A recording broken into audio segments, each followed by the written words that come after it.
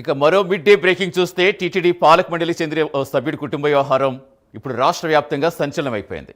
కర్ణాటకకు చెందిన దర్శన్ టీటీడీ పాలక మండలిలో సభ్యుడిగా కొనసాగుతున్నారు. అయితే గుడ్ ఫ్రైడే రోజు చర్చిలో ఆయన కుటుంబం ప్రార్థనలు చేయడం తీవ్ర చర్చకు దారితీసింది.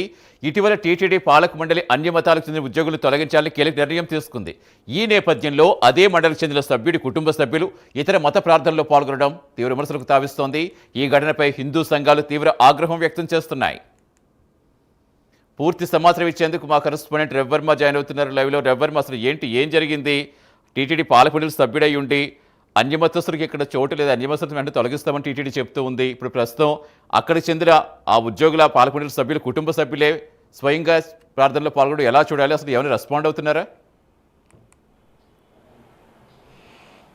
సతీష్, ఇవాళ ప్రపంచ ప్రసిద్ధిగాంచినటువంటి హిందూ దేవాలయంగా బాసిల్లుతున్నటువంటి తిరుమల తిరుపతి దేవస్థానంలో అన్యమతస్తులకు తావు లేకుండా ఉండాలని చెప్పి ఉన్నటువంటి టీటీడీ పాలక మండలి అయితే నిర్ణయించింది. ఆ మేరకు టీటీడీలో పనిచేసినటువంటి 68 మంది ఉద్యోగులు సైతం తాము వేరే ప్రాంతాలకు బదిలీ చేసినటువంటి ఘటనలు కూడా చోటు చేసుకున్నాయి. అయితే టీటీడీ పాలక మండలిగా ఉన్నటువంటి దర్శన్ అనే వ్యక్తి ఇవాళ అన్యమతాన్ని ప్రోత్సహిస్తూ వాళ్ళ కుటుంబ సభ్యులు అన్యమత ప్రార్థనలు చేయడం ఎంతవరకు సబబు అని చెప్పేసి హిందూ సంఘాలన్నీ కూడా తీవ్రంగా వ్యతిరేకిస్తున్నాయి.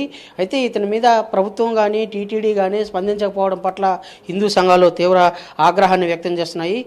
ఎందుకు దర్శన్ మీద ఎందుకు సమాధానం చెప్పలేదని చెప్పేసి టీటీడీ హిందూ సంఘాలని కూడా స్వామీజీలందరూ కూడా ఆగ్రహం వ్యక్తం చేస్తున్నారు. ఇప్పుడు మనతో పాటు ఉన్నారు, వారిని అడిగి తెలుసు. సార్, ఇవాళ దర్శన్ వ్యవహార శైలిని ఎలా చూడాలి, మీరు ఎట్లా భావిస్తున్నారు? హిందూ సనాతన ధర్మాన్ని ప్రోత్సహించాల్సినటువంటి టీటీడీలో అన్యమతం ప్రాధాన్యత కలగడం ఎంతవరకు సబబు? ఈరోజు టీటీడీ క్రైస్తవ ఉద్యోగస్తుల ఇళ్లలో చిన్న సిలువు దొరికినా, ఒక బైబిల్ పుస్తకం దొరికినా వెంటనే వారి మీద విచారణ చేసి సస్పెండ్ చేస్తారు. ఈరోజు టీటీడీ పాలక మండలి సభ్యుడైనటువంటి దర్శన్ వాళ్ళ భార్య ఈరోజు చర్చికి వెళ్ళి మోకాలు ప్రార్థన, అంటే క్రైస్తవ మతాన్ని స్వీకరించిన వాళ్ళు, ఆచరించిన వాళ్ళు, క్రైస్తవ మతాన్ని పాటించినటువంటి వాళ్ళు, అదేవిధంగా యేసుప్రభు మీద పూర్తి విశ్వాసం చెందిన వాళ్ళు మాత్రమే ఈరోజు మోకాలు ప్రార్థన చేస్తారు. అలాంటిది వారి భార్య మోకాలు ప్రార్థన చేసి ఆమె స్వయంగా తన సోషల్ మీడియా అకౌంట్స్లో పోస్టులు చేసుకుంది, అలా బహిర్గతం చేసుకుంది. ఒక పక్కన టీటీడీ పాలక మండలి సభ్యుడు ఇక్కడేమో వేషాలు వేస్తూ దర్శనాలు అమ్ముకుంటున్నాడు, వాళ్ళ భార్య ఏమో అక్కడ చర్చిలకు పోతుంది. ఇది ఏ విధంగా ఆదర్శంగా తీసుకోవాలి? అందుకే ఈరోజు మేము ఒకటే డిమాండ్ చేస్తాం, తక్షణమే ఇతన్ని తొలగించండి. ఇతని వల్ల టీటీడీకి కానీ ఎవరికి భక్తులకు కానీ ఎవరికి ఉపయోగం లేదు. ఇతను ఏ రోజు కాషాయం పట్టలేదు, ఏ రోజు నోటితో కనీసం గోవింద అన్న పదం కూడా ఉచ్చరించలేదు. కాబట్టి ఇతను వెంటనే తొలగించాలనేసి మేము డిమాండ్ చేస్తున్నాం. మీరు చెప్పండి సార్, స్వామీజీలుగా మీరు ఎలా చూస్తారు దీన్ని, ఎలా భావిస్తున్నారు? రేపు భవిష్యత్ కార్యాచరణ ప్రణాళిక ఏంటి? మేము కూటమి ప్రభుత్వాన్ని ఒకటే అడుగుతూ ఉన్నాము. మరి కూటమి ప్రభుత్వం వచ్చాక ముఖ్యంగా టీటీడీ చైర్మన్గా బిఆర్ నాయుడు గారు బాధ్యతలు చేపట్టిన రోజు టీటీడీలో ఉన్నటువంటి అన్యమతస్థులను తొలగిస్తామని చెప్పారు. అదేవిధంగా చెప్పినటువంటి మాట ప్రకారంగా ఉన్నటువంటి అన్యమతస్థులను తొలగించారు. కానీ ఇప్పుడు వ్యవహార శైలి చూస్తూ ఉంటే టీటీడీ బోర్డులోనే అన్యమతాన్ని ప్రోత్సహించేటటువంటి ఒక దర్శన్ అనేటువంటి వ్యక్తి యొక్క విషయము నిన్నటి నుండి చక్కర్లు కొడతా ఉన్నా, అటు కూటమి ప్రభుత్వం కానివ్వండి, ఇక్కడ టీటీడీ పాలక మండలి కానివ్వండి, ఈవో కానివ్వండి, జేఈఓ కానివ్వండి, ఎవరు స్పందించకపోవడం చూస్తూ ఉంటే చాలా దారుణమైనటువంటి పరిస్థితి కనిపిస్తూ ఉంది. మేము అడుగుతూ ఉన్నాము, టీటీడీ ఉద్యోగస్తులకు ఒక న్యాయము, మరి టీటీడీ బోర్డు అధికారులకు ఒక న్యాయం అని చెప్పి ప్రశ్నిస్తూ ఉన్నాము. వెంటనే బేషరతుగా సనాతన ధర్మాన్ని ఆచరించినటువంటి ఇటువంటి వీరిని టీటీడీ బోర్డులో ఉంచాల్సినటువంటి అవసరం లేదు. వీరిని తక్షణమే తొలగించాలి. సస్పెండ్ చేయకపోతే కనుక సాధు సంతులతో, హిందూ సంఘాలతో కలిసి ఆమరణ నిరాహార దీక్ష కూడా చేస్తామని చెప్పేసి తెలియజేస్తా ఉన్నాం. సార్, మీరు చెప్పండి సార్, ఇవాళ సనాతన ధర్మాన్ని ప్రోత్సహించాలని టీటీడీలోనే ఇంటి దొంగలు వ్యవహార శైలి ఇట్లా అన్యమతాన్ని ప్రాధాన్యత కల్పించడం ఎలా చూడాలి? దర్శన్ గారు కర్ణాటకలో సంపాదించింది చాలదని తిరుమలలో కూడా సంపాదించుకోవాలని ఏదో కంకణం కట్టుకొని ఒక క్రైస్తవుడు ఉండి కూడా ఇప్పుడు వాళ్ళ భార్య వెళ్ళింది కాబట్టి ఈయన కూడా క్రైస్తవుడే.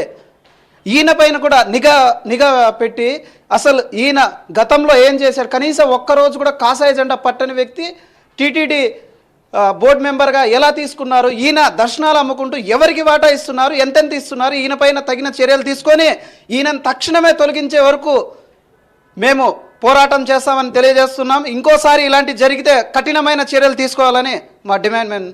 ప్రధానంగా టీటీడీలో ఉన్నటువంటి అన్య మతస్థులకి ప్రాధాన్యత లేకున్నటువంటి టీటీడీలో అన్య మతస్థులకు ప్రాధాన్యత కల్పించడం, ఇంటి దొంగలే అంటే టీటీడీ సంస్థను పరిరక్షించాలి, పాలన చూడాల్సినటువంటి టీటీడీ పాలక మండలి సభ్యులే ఇవాళ అన్య మతం పాటించడం ఎంతవరకు సబబు అని చెప్పేసి హిందూ సంఘాలన్నీ కూడా ప్రశ్నిస్తున్నాయి. దీన్ని తీవ్రంగా పరిగణిస్తున్నాయి. ప్రభుత్వం సైతం వెంటనే దీని మీద స్పందించి తగిన చర్యలు చేపట్టాలి. అలాగే టీటీడీలో ఇలాంటి అన్య మతాలకు తావు లేకుండా ఉండాలని చెప్పేసి గతంలో పాలక మండలి తీర్మానం చేసినా కూడా చేయడమే కాకుండా దాదాపు 68 మంది టీటీడీ ఉద్యోగులను వేరే ప్రాంతాలకు బదిలీ చేసింది. టీటీడీ అన్ని మతస్థులకు తావు లేకుండా చేసినటువంటి ఘటన ఉంది. అయితే దానికి విరుద్ధంగా ఇవాళ పాలక మండలిలో ఉన్నటువంటి సభ్యులే ఇవాళ అన్ని మతానికి ప్రాధాన్యత కల్పించడం ఎంతవరకు సబబు అని చెప్పేసి హిందూ సంఘాలన్నీ కూడా తప్పుపడుతున్నాయి. దీని మీద టీటీడీ యాజమాన్యం కానీ అలాగే ప్రభుత్వం కానీ వెంటనే స్పందించాలని చెప్పి కూడా సూచిస్తున్నాయి. స్పందించకుంటే మాత్రం తాము నిరాహార దీక్ష చేపడతామని కూడా స్పష్టం చేస్తూ వస్తున్నాయి. Satish. Right, thank you Ravi Varma.